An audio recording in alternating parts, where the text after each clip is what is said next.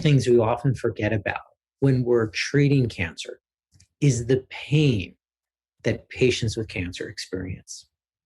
There's been a lot of challenges lately in terms of getting appropriate pain management, much more restriction of the use of opioids. What other therapies are out there? And how do we pay enough attention to people's pain, especially when it comes to cancer?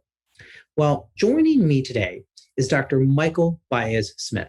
He's the medical director of Capital Caring's Sheffield Family Advanced Pain Clinic to talk about some of the latest advances. Dr. Baez-Smith, thanks for joining me. Oh, glad to be here. When we talk about the latest advantages, we have to first talk about where we are in how we conceptualize management of pain in cancer patients.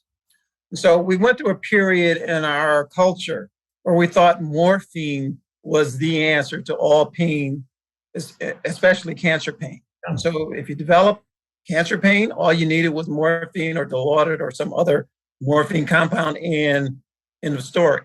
Well, it turns out that the opiate medications, while a godsend for patients with severe pain, are not the panacea for managing a lot of the syndromes that we see in cancer patients. And so we've actually gone back to some of the older treatments that were developed in the 50s and 60s for managing pain vis-a-vis interventional therapies that we offer at our pain clinic. So often patients, anywhere from 10 to 20% of patients will experience uncontrolled pain despite being on heavy doses of opioid medications. And so we come in and we provide the alternatives to try and wall off the pain. And so we try to make it so that the brain, the consciousness, doesn't experience the pain. And we do that through a number of different ways. I want to go back for a second, Dr. Baez-Smith, and talk about you mentioned how we really felt that opioids was the mainstay therapy. We realized the side effects that often had, even on patients with cancer. And then the environment has made it more difficult in some ways for people to get appropriate pain management. Is that accurate? That would be accurate. And the way we regulate the use of opiate medications certainly has made it more difficult for patients to get, all the medication that they need in the opioid class. But we also recognize that those medications are not a panacea for managing all cancer pain. Tell us how you think about treating pain. And is it different whether it's acute pain or chronic pain? I'm an old-fashioned doctor, and we always start with what is the mechanism that's causing the underlying primary pain problem, and then what other confounding issues are magnifying that symptom. So, for example, if a patient has huge anxiety because they just recently been diagnosed with a cancer problem, and maybe they've even been told that they have a short time to live, and then they develop this pain problem, you have to factor that in and to manage that pain. So it's not just the pain by itself, it's how the patient is experiencing their clinical diagnoses, how they're responding to the medications that have been tried, et cetera. So a number of different parameters have to be considered in coming up with the appropriate treatment plan for the individual patient. And often, cancer patients have more than one source of pain. And so we can't just think, oh, they've got cancer and they have pain, so therefore morphine is the answer. There may be neuropathic pain syndromes involved. There may be bone destruction that's involved. There may be visceral expansion and compression that's causing the pain. So we have to think about all of these different systems in the same patient. So tell us what some of these advances are. You've got a lot of machinery behind you. That's not what we might have thought about as we were going to talk about pain today. So what should consumers know? What should caregivers know? Patients know about some of the advances in pain management? So the advance that we put forward is that when patients get to the end of their treatments for cancer, but their symptoms persist or magnify, they still need to understand, we need to understand the source of their discomfort. And some of the equipment behind me are the imaging tools that we use to try to understand why a problem exists to begin with. Because if we don't know, then we can't properly apply interventional therapies. So if the patient has a big cyst growing out of their kidney and we just give them morphine, probably not going to get good relief. But the images can tell us quickly, precisely what's going on with that kidney. And so often patients who are at the end of treatments, they also end their diagnostic workup for problems that occur. And so for patients with advanced disease, it's important that we continue to investigate every new occurrence of stress and exacerbation of pain in our patients. And what are the specific type of interventions that you perform? So if you look from a governmental standpoint, they say, Dr. Beismith, what are you doing in your clinic? We have 50 different procedures plus that we do in our clinic, but they can all be crystallized into just a few categories. So I mentioned earlier that if you have a severe pain syndrome involving your hip, then there are techniques that we can apply to knock out all of the pain signals that are coming from that hip. Can't fix the hip, can't get rid of the cancer, but there's no reason for that patient to suffer with signals coming from that hip. And so one of the things that we do is we call it neurolysis, where we inject the nerves that are serving the painful part so that that information can't be conducted. The other thing that we do is we augment the signal once it gets into the central nervous system.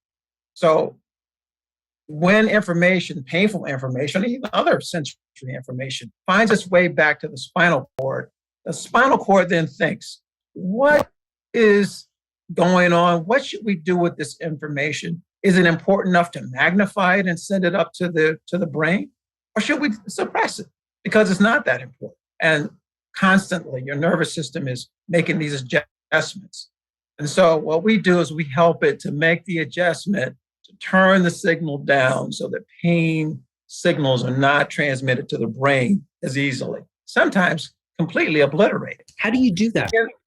So there are certain medications like morphine, like Dilaudid, and there's some other fancier medications that we put into the spinal fluid, which absorbs into the spinal cord, goes to the centers that do this modulation of the pain signal and shut that signal off. And so through injections, through catheter insertions, for some patients we put pumps in because we need to give that medication 24/7. We implant a subcutaneous pump that we can refill periodically to deliver a very small amount of medications to the spinal cord, which block the pain signals, or modulate the system so that the person doesn't experience severe pain. One criticism in pain management that patients often bring up is that they're often chasing pain, right? They have pain, they take a medication, it's relieved, then it returns. This strategy is somewhat different, isn't it? Very different. Our goal is to, and it's not that often that we miss, that we want to eliminate all pain. So the patient doesn't have to think about it, doesn't have to anticipate, 8 hours from now, I need to be taking a pill or I need to get an injection. We try to make it so that that's the exacerbation of pain is very infrequent. And so using this approach, not only do we get a longer duration of relief, but we eliminate the need to take the pills on a scheduled or PRN basis so that patients don't have to think so much about their symptom management and can have a higher quality of life. Now, many patients watching may be thinking, well, I never heard of this. I never heard about these types of therapies. How do they find out about it? Because even their cancer doctor, their other doctor may not tell them about it. It may not be available in their area. What's your advice to viewers? So luckily, we have the internet. And so if you just go onto your browser, type in cancer pain management, intervention, you will get a plethora of sites that will describe to you the kind of techniques that we are using in our clinic. The issue could be that your doctor that you're seeing every day is so focused, rightfully so, on trying to cure the problem that these kind of interventions are overlooked sometimes. And so if you go to your standard pain management clinic, and they're working usually with an orthopedic surgery service, and they're helping to manage their patients. They're doing a lot of spinal injections for people who are going to get back to skiing and get back to work and that sort of thing. They will know about doctors like me in their midst. And certainly all of the major oncology systems will be aware of docs like me. We work with all of the major systems in the DC metropolitan area, for example. So when they come across difficult to manage problems, we will get those calls. I want to ask you, has the COVID pandemic restricted people's access to these types of therapies? Either they're not coming in because they're fearful of going into a hospital or medical setting, or maybe they're just saying, you know what, pain is a natural part of the disease and I'm just going to live with it. What's your response to that? Well, there's no question that the COVID has had a negative impact on all facets of medicine. Cardiology, neurology, pain management. Because especially in my field, I can't do my work without the patient, me seeing the patient, touching the patient, doing imaging studies on patients. We can do an interview over the Zoom call to get a sense of where, what kind of treatments we might be able to offer. But until we touch those patients, we cannot adequately assess those patients. So it has impacted my practice significantly. But even through the pandemic, we have made a way for patients to get in to see us. And things are starting to ease up now. We're going out into the hospitals more. They're easier to get in. The hospitals were locked down.